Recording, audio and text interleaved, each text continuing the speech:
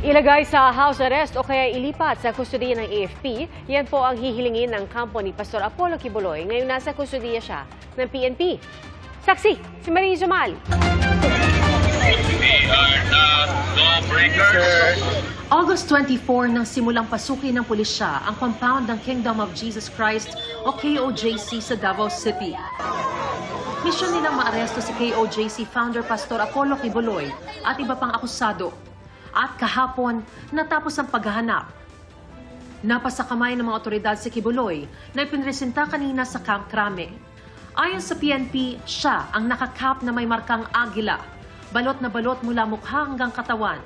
Nakatakip din ang mukha ng mga kapwa-akusado at KOJC members na sina Jacqueline Roy, Ingrid Canada, Crisente Canada at Sylvia Semanes. Bago nito, you have the right to remain silent. Binasahan sila ng Miranda rights at isinailalim sa booking procedure. Ang mga kuha sa kanila sa prosesong ito, binlearn na ng PNP bago ipamahagi sa media.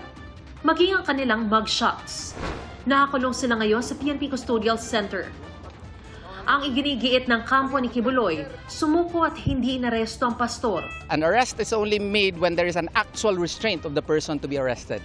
In this case, there was no actual restraint. He decided to make the ultimate sacrifice of surrendering para matapos na po yung sufferings ng kanyang mga miyembro. Pero giit ni Pangulong Bongbong Marcos at ng Interior Department na corner sila kaya napilitang sumuko. Hindi siya lilitaw kung hindi namin hinabol ng gusto. Ang nangyari, napilitan siyang lumabas dahil malapit na ang pulis sa kanya. Desidido ang ating mga pulis at ang instruction ko sa kanila, etong last time, sinabi ko, pagpasok natin, huwag na kayong aalis dyan hanggat makuha na ninyo siya. And that's exactly what they did. For me, it makes no difference kung sumuko ka man. No? Kasi yun na yun eh. Practically, napaligiran ka na eh. Giit ng DILG Secretary, kalokohan ang pinapakalat na impormasyong sa labas ng KOJC compound sumuko si Quiboloy. Kwentong kutsero yun. Alam niyo kung bakit? Nasa labas ka na, tumakas ka na. Ang tagal yung sinasabing hindi siya magpapahuli, hindi ba? Gusto ngayon ng DILG na imbestigahan at panagutin ang mga nagkanlong kay Quiboloy. Handa naman daw ang abogado ng pastor na sumailalim sa posibleng investigasyon.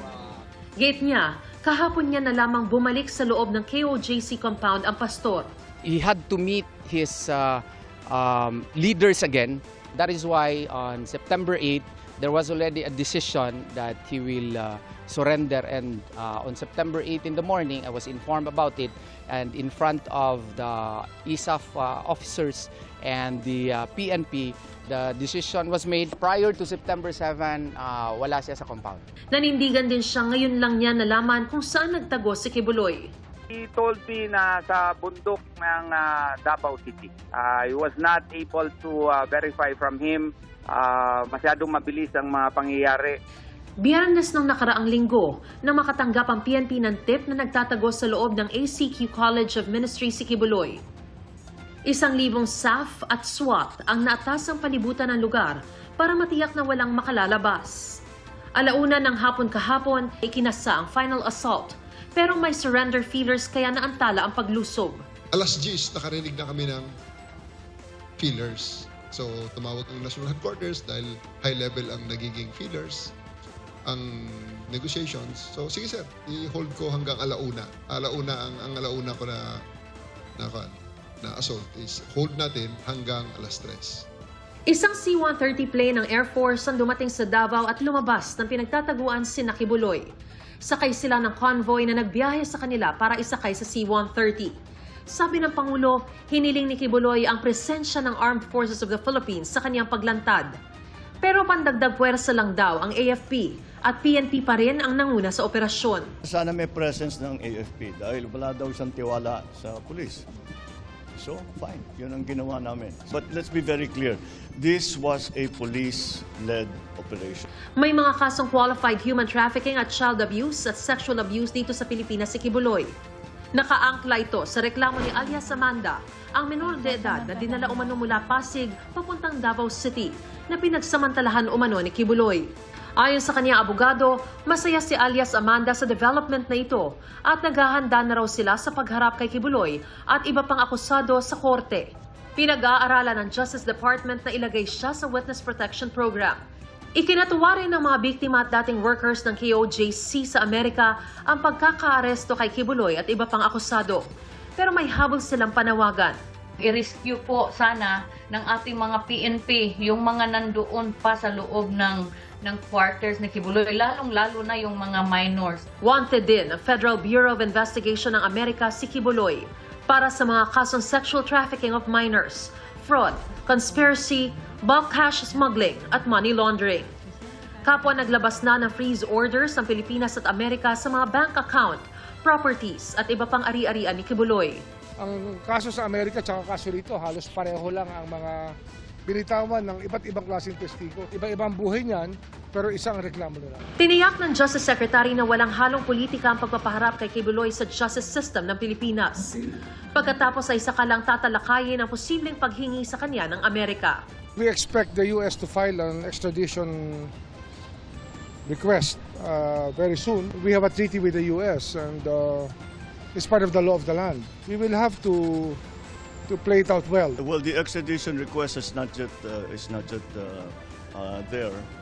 Besides, the judicial processes that Apollo Kibuloy is going to have to go through now, locally, still have to be done.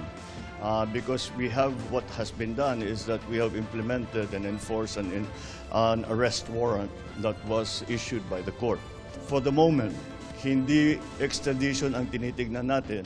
Ang tinitignan natin ay yung mga kaso na mga complaint na pinila dito sa Pilipinas. At yun muna ang kailangan niyang harapin. Ngayon na ipatupad na ang arrest order ng korte kay Pastor Kibuloy, ay nasa kamay na raw ng hudikatura ang susunod niyang kaharapin. Siniguro naman ng Pangulong mapoprotektahan ang kanyang mga karapatan, sabay giit na walang special treatment na ibibigay sa kanya. Kanina dinalaw si Kibuloy ng kanyang abogado sa PNP Custodial Center. Hihilingin daw nila sa korte na alisin doon ng pastor. We will, right now we filed a motion for the transfer of his custody to the AFP, citing among other grounds security reasons. And we are hoping that the court would grant the same, no, or at the very least a house arrest, knowing that he is already 74 years old, he has a health condition. Pero ang Defense Department, tututulan daw ang mosyong ilipat sa AFP ang kustodiya ni Kibuloy. May mga istriktong operational security protocol daw ang mga pasilidad ng AFP. Kaya hindi raw ito ang ahensyang nararapat humawak sa kustodiya ng mga suspect sa mga kasong kriminal. Para sa GMA Integrated News, ako si Mariz Umali ang inyong saksi.